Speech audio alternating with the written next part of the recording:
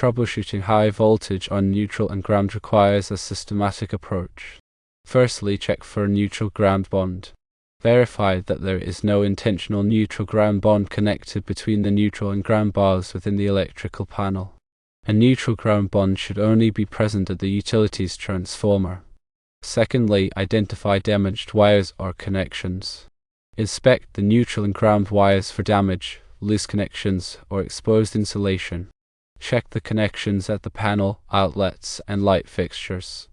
Tighten any loose connections and replace damaged wires. Thirdly, isolate the faulty circuit. Disconnect all circuits from the panel except for the two that are causing the voltage issue. Reconnect one circuit at a time and test the voltage between neutral and ground. The faulty circuit will be the one that causes the voltage to return to 40 to 50 volts. Fourthly, check for ground faults.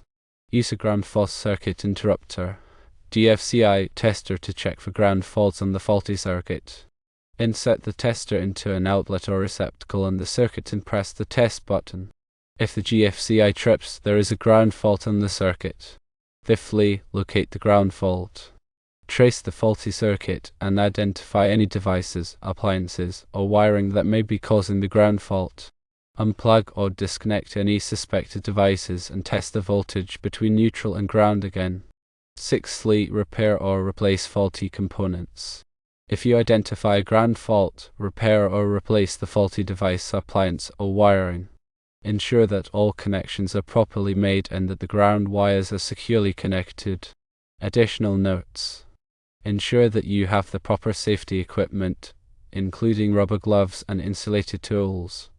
Do not attempt to perform electrical work if you are not qualified. If you are unable to resolve the issue on your own, contact a licensed electrician for assistance.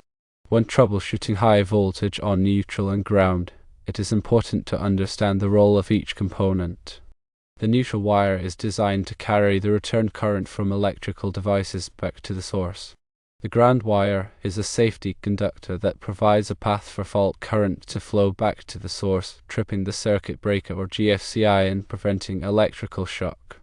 A properly functioning electrical system should have a very low voltage difference between the neutral and ground wires, ideally close to 0 volts. A voltage reading of 40 to 50 volts between neutral and ground indicates a problem. The first step is to verify the integrity of the neutral ground bond. This bond is typically located at the service entrance where the neutral conductor from the utility transformer is connected to the grounding electrode system. This bond provides a low impedance path for fault current to flow back to the source. If the neutral ground bond is missing or damaged, it can cause a voltage difference between neutral and ground. To check the neutral ground bond, use a multimeter to measure the resistance between the neutral and ground bars in the electrical panel. The resistance should be very low, ideally less than 1 ohm. If the resistance is higher than 1 ohm, there may be a problem with the neutral ground bond. Next, inspect the neutral and ground wires for damage, loose connections, or exposed insulation. Look for any signs of corrosion or overheating, which can indicate a problem. Pay close attention to the connections at the panel, outlets, and light fixtures. Tighten any loose connections and replace damaged wires as needed. If the neutral and ground wires appear to be in good condition, the next step is to isolate the faulty circuit. Disconnect all circuits from the panel, except for the two that are causing the voltage issue. This will help to narrow down the source of the problem. Reconnect one circuit at a time and test the voltage between neutral and ground. The faulty circuit will be the one that causes the voltage to return to 40 to 50 volts. Once you have identified the faulty circuit, use the GFCI tester to check for ground faults. A ground fault occurs when current flows from a hot wire to ground, bypassing the neutral wire. This can happen if there is damage to the insulation on a hot wire or if a device or appliance has a ground fault. Insert the GFCI tester into an outlet or a receptacle on the circuit and press the test button. If the GFCI trips, there is a ground fault on the circuit. If the GFCI does not trip, it does not necessarily mean that there is no ground fault. The GFCI may not be sensitive enough to detect a small ground fault. To further investigate, you can use a clamp meter to measure the current flowing on the ground wire. In a properly functioning circuit, the current on the ground wire should be very low, ideally close to 0 amps. If there is a significant amount of current flowing on the ground wire, it indicates a ground fault. Once you have identified the faulty circuit and confirmed the presence of a ground fault, the next step is to locate the source of the ground fault. This can be a time-consuming process, but it is important to identify and repair the ground fault to prevent electrical shock. Start by tracing the faulty circuit and identifying any devices, appliances, or wiring that may be causing the ground fault. Look for any signs of damage or wear, such as frayed wires, cracked insulation, or loose connections. Unplug or disconnect any suspected devices and test the voltage between neutral and ground again. If the voltage drops to a normal level, the device that you disconnected was the source of the ground fault. If you are unable to locate the source of the ground fault, you may need to call a licensed electrician for assistance. An electrician has the tools and expertise to safely and effectively troubleshoot electrical problems. Once you have identified the source of the ground fault, repair or replace the faulty device, appliance, or wiring. Ensure that all connections are properly made and that the ground wires are securely connected. After making repairs, test the circuit again to ensure that the voltage between neutral and ground is within normal limits. Also, check that the GFCI is functioning properly.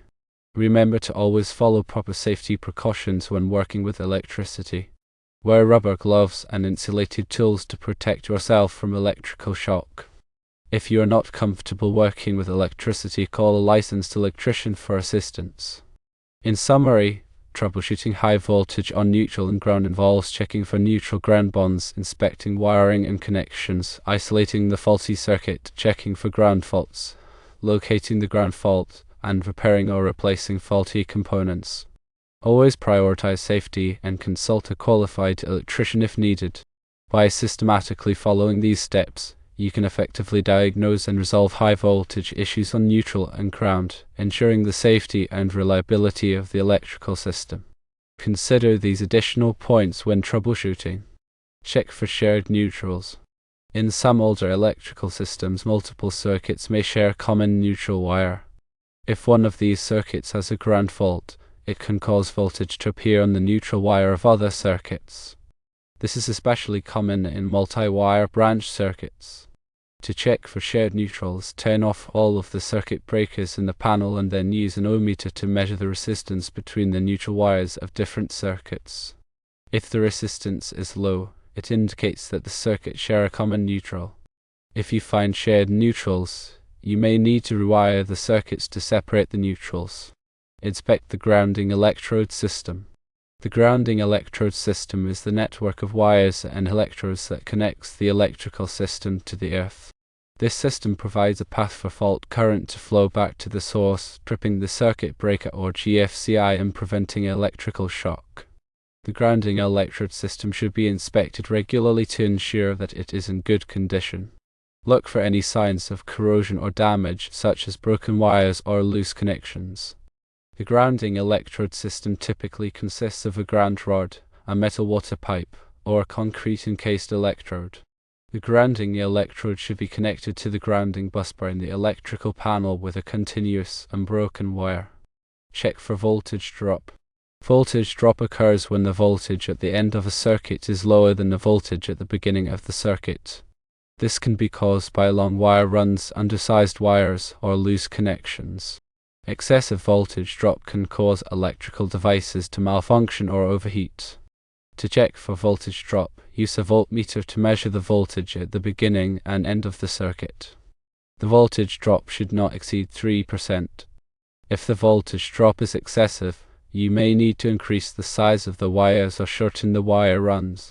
Consider the impact of electronic devices. Electronic devices such as computers, televisions, and LED lighting can generate harmonic currents that can cause voltage distortion on the neutral wire. This voltage distortion can cause problems with other electrical devices and can even damage equipment. To mitigate the effects of harmonic currents, you can use harmonic filters or surge suppressors. Consult with a qualified electrician to determine the best solution for your situation. Remember that electrical work can be dangerous. Always follow proper safety precautions and consult a qualified electrician if you are not comfortable working with electricity. Working with electricity can result in serious injury or death if not performed correctly. Therefore, ensure you are fully aware of the risks and how to mitigate them.